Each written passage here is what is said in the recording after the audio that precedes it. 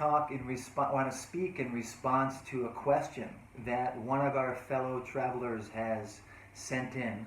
This is someone who's really a FibroWarrior, who's been dealing with very difficult fibromyalgia symptoms for many years. And she describes using meditation practice in a way that's really helped her a lot, but having gotten to a sort of an end point or getting stuck at a certain point and wanting some help with that and wondering what to do. And so here's what she describes. Doc, I do this meditation that I learned when I was starting to study energy healing, and I do this breathing awareness meditation where I release my body and I release my emotions, and I get to a place where I have no pain at all and I feel great. My fibromyalgia symptoms are gone, and it's a beautiful, expansive place. It feels like a God place, like I'm connected to source energy. And when she gets to this place, her symptoms are gone, and she does that for 15 minutes once or twice a day and is seeing a lot of benefits. But there's a problem. Here's what she notices. She says, as I get back to regular life, as I start to engage with the world after my meditation, and maybe I get a text or a phone call that's upsetting to me, or I start to notice all the things that I have to do and I feel a bit overwhelmed by it, then what happens is the benefits go away and I get pulled back into kind of a more difficult space and my symptoms come back. And so what do I do about that? And she hypothesized, she said, I'm getting these great benefits from meditation. Maybe what's going on is that I'm having some mitochondrial dysfunction. Maybe I need to do something else. So I want to speak to a couple of aspects of this because it might be instructive for you. You've heard me speak about how there's kind of three realms to take care of. There's kind of your mechanical structural part of your body, your metabolic biochemical part, and then your mind-body connection. And these are like three interlocking circles. And in the middle, where they all meet, that's your reality, right? And so this writer, who's really a FibroWarrior, she's been mainly addressing the mind-body part, and she's gotten to a place where she's stuck, and she's wondering about the biochemistry of it. And it's important to think about that because these three M's, these three realms are so interconnected. And so just to clarify what she means, mitochondria are the organs inside your organs. Your organs have cells, and the cells have organelles inside. And so all the organs of your body have different kinds of cells. And that's what makes a liver your liver, and your brain, your muscles, because the cells are specialized, and their mitochondria are specialized. The mitochondria are like little energy factories. They produce cellular energy, and when they get dysfunctional, the cells stop functioning so well. And there's a bunch of reasons why that can happen. What it looks like from the most modern cell biology we have is that the mitochondria kind of put together kind of all of your stress and danger signaling. So whether it's inflammation, mental emotional stress, biochemical toxicity, electromagnetic toxicity, whatever it is, your mitochondria are sensitive to that through various mechanisms. There's various switches, and they can switch into a protective mode. And that protective mode of mitochondria, when you look at what it is, where they're not producing as much energy, it creates like a breakdown of connection between the cells. Cells stop producing as much DNA for cell reproduction and replication. So that's probably one of the fundamental things going on with a lot of chronic illnesses and fibromyalgia in particular. So let's just put that on a shelf for a second because it's important to think about those things, and I just want to acknowledge that. But what I want to speak about more is really the mind-body question and what's happening in meditation and what might be some of the challenges that this particular reader-writer was sharing. And I just want to restate what she said succinctly. I do this meditation where I've been able to release my body and my emotions and go into this place that feels like source energy. It feels like a divine God space, and I don't have any symptoms. But then when I come back to regular life, things trigger me, and the meditation wears off, and I get my symptoms all over again. So this is kind of a classic thing in meditation, and I don't know for sure about this particular person what's really going on, but I want to share my hypothesis with humility because I'm not in her situation, but I'm hearing her story. She's talking about going to this really high space and feeling great. And then when she comes back to what you might call normal space, her symptoms come back. So let's try to unpack that. Mind-body training can be incredibly powerful for fibromyalgia for a lot of different reasons. There's basic levels, and then there's more advanced levels. This is kind of a more advanced level, so let's just speak for a second about the basic stuff. The basic piece of what mind-body training can do at the first starting to practice is that it brings you to a place of a physiology that's a more healing physiology. Chronic stress physiology, whether it's the thing that you've had your whole life and then you developed fibromyalgia, or you started having some various symptoms and things going on and pain and couldn't sleep, and that generated stress physiology, and then you started kind of spiraling out of control. Stress physiology is part of it. It's part of what causes mitochondrial dysfunction. And simple techniques of breathing awareness, presence, relaxation can stimulate relaxation physiology, and that kind of counterbalances stress physiology. And doing that on a regular basis, a couple times a day for 15 to 30 minutes twice a day, can have profound effects on your physiology and make a really huge impact on how you feel. So that's one level of mind-body training that's really important. Another level has to do with emotional and body awareness. And so in this particular case, the person who wrote to me is kind of becoming aware of her body and emotions and releasing them and going to another space. And that's one aspect of being aware of the body, is being aware of it and then letting go of it and going someplace else. We'll talk about the someplace else in a minute. But just the aspect of becoming aware of physical sensation, of emotions that are in existence in relation to those physical sensations, and then the kind of never-ending train of thoughts that's constantly churning, and most of those are not necessarily productive, helpful thoughts like, okay, I figured out a problem and here's a solution, let me go do it. Most of the time what's happening for most of us, especially if you've got a lot of pain and negative emotions, is that emotions are generating thoughts like a spiral that flow around the emotions. And for sure, I know a lot of people out there are saying, no, your thoughts create your emotions, and there is an aspect of truth to that. But what I want to suggest is that it's a cycle. And that especially if there are persistent, locked, stuck, unresolved emotions, they generate thought forms that are really the emotion, but it comes out of thought form.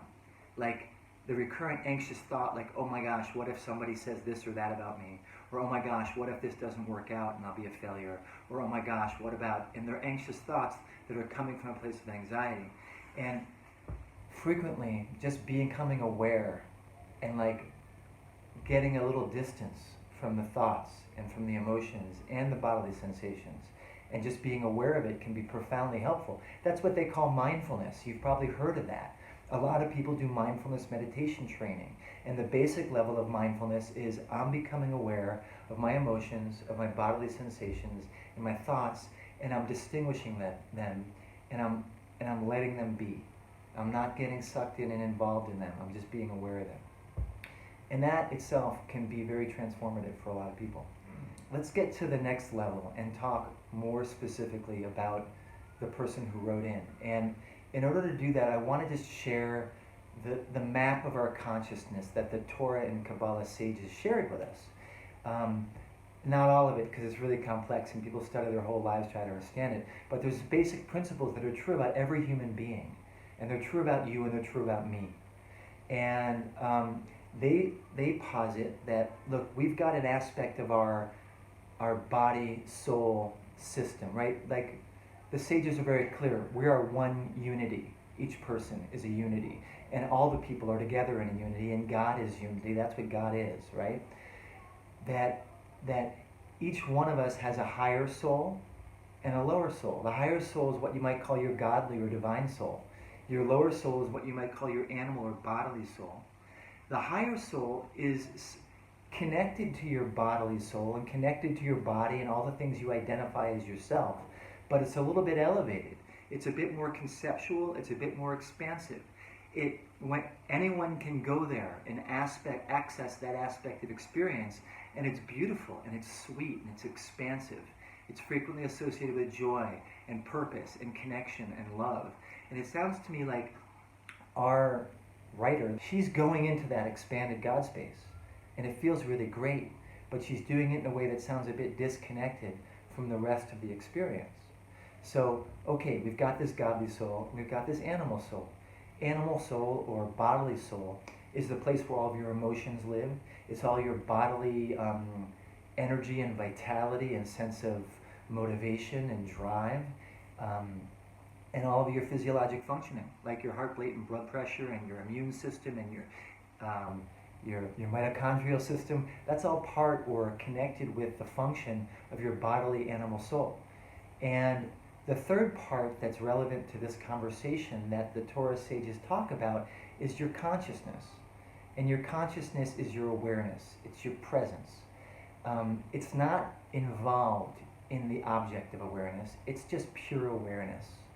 And it can encompass the lower animal physical soul. And it can actually also touch and connect with the elevated godly soul. Your awareness is your consciousness that creates connection. The word in Hebrew for that awareness, that consciousness, is dat, or das. And that's the word that's actually used in the Garden of Eden, that like Adam knew Chava. Most people have heard of that. Adam knew Eve. And that knowing is a way of connecting with. And so this consciousness, this awareness that we all possess to one degree or another, is connective. It's what takes fragmentation and creates wholeness. And in the spiritual tradition of Judaism, illness is disconnection and fragmentation, and healing is wholeness. It's when all the parts come together. What the sages talk about, my own experience, and what I've gotten to see in so many people, is that bringing this kind of presence, which is non-judgmental, it's compassionate, it's loving, and holding the entire physical self, is profoundly healing. And that's what's often discussed in the mindfulness literature. The Buddha didn't talk about God. He explicitly said, I'm not talking about divinity, I'm talking about human experience. And so he talked about a construct of this compassionate awareness and presence brought to your physical embodied self. And that's the profound power of mindfulness. The Torah sages took it to another level, and they talked about your divine self, the part of you that's expansive, that's connected to everything, that's connected to the unity. If that's not a real experience for you now, don't worry about it. The important thing to remember is that this presence and consciousness and awareness is something that can be developed. It's something that can be empowered through practice. And that's what mind-body training is about. That's what mindfulness training is about. I like to take it further and take that mindfulness of the embodied experience and create this mindfulness of the elevated experience. Because in the writings of the sages and in my own experience, when we go to that higher place, it actually becomes a kind of anchoring, a kind of transformational energy and power that we can bring into the physically embodied experience.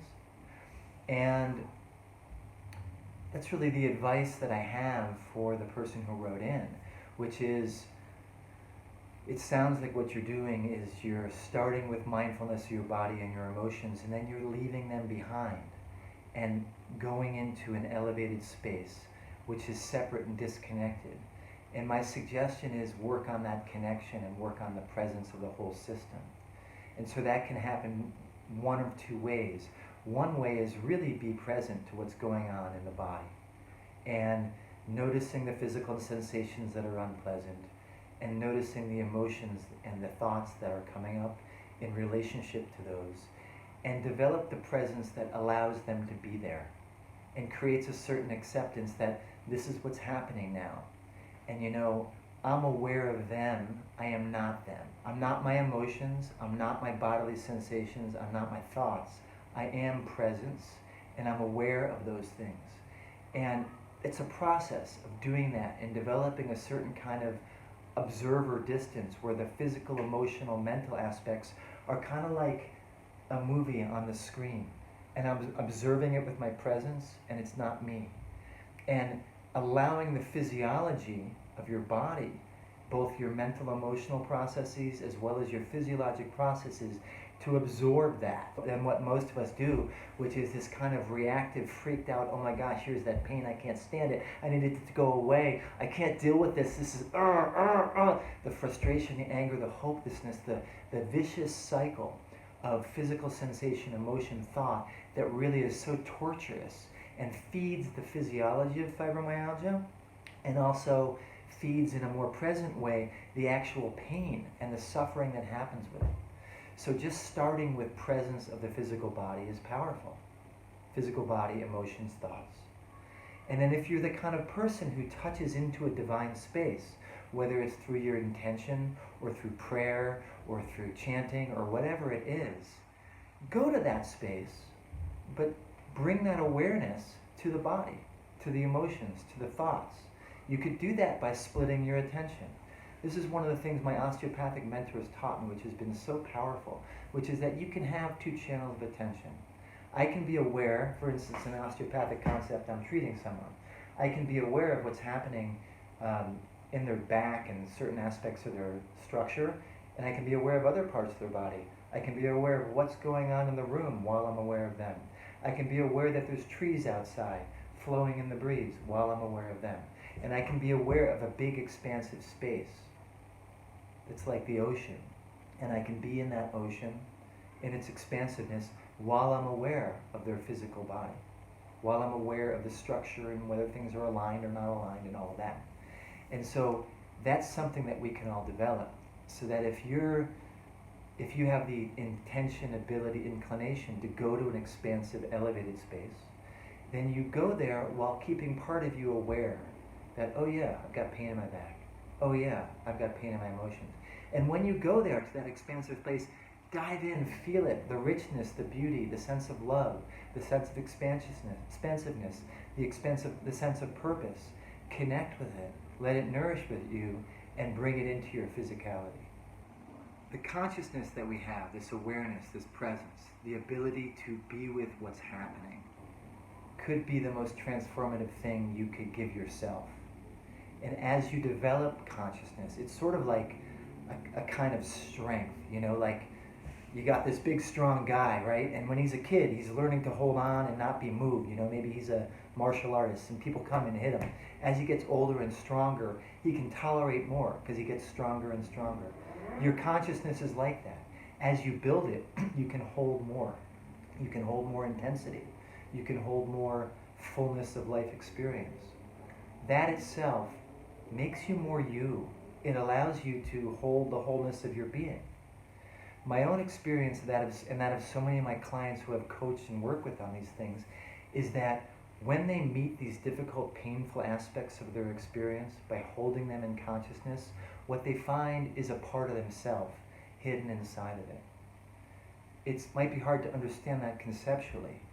The metaphor that the Torah sages bring is like a shell and a fruit. And the painful part of it, the difficult emotion, that old traumatic experience that keeps getting triggered by things that remind you of it, it's a shell. And the shell is your protective response. The anger, the frustration, the shutting down, the fear, the running away. Being present to that shell and just letting it be there, because it's part of you, it's there. It came into existence to protect you and take care of you.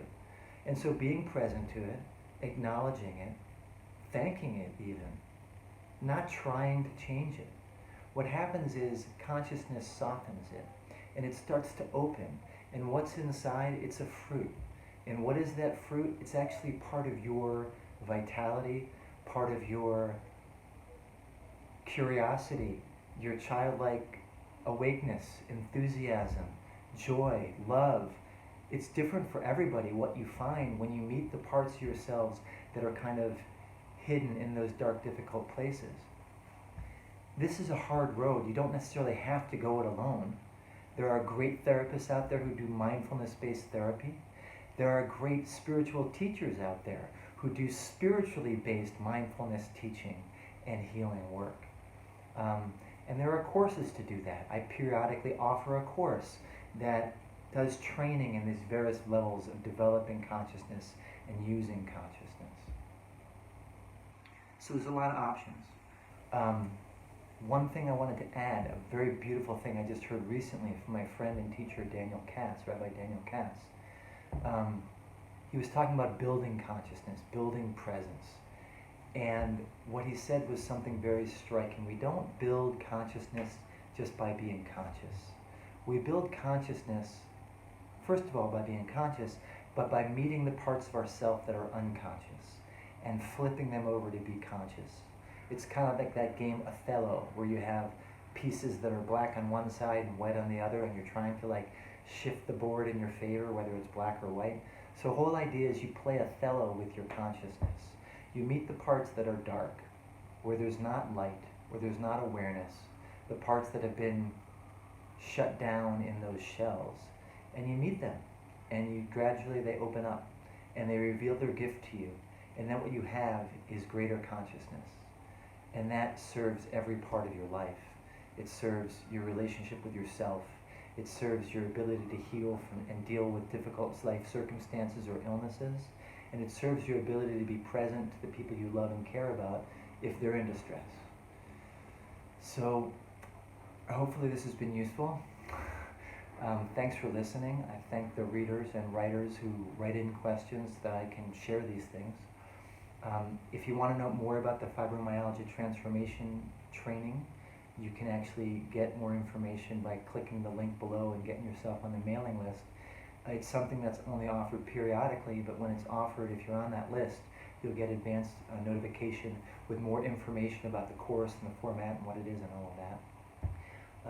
And so I wish you all the best, that you should find healing in your mechanical, structural, metabolic, biochemical, as well as your mental, emotional, and spiritual aspect of your life. And I wish you well. Thanks so much.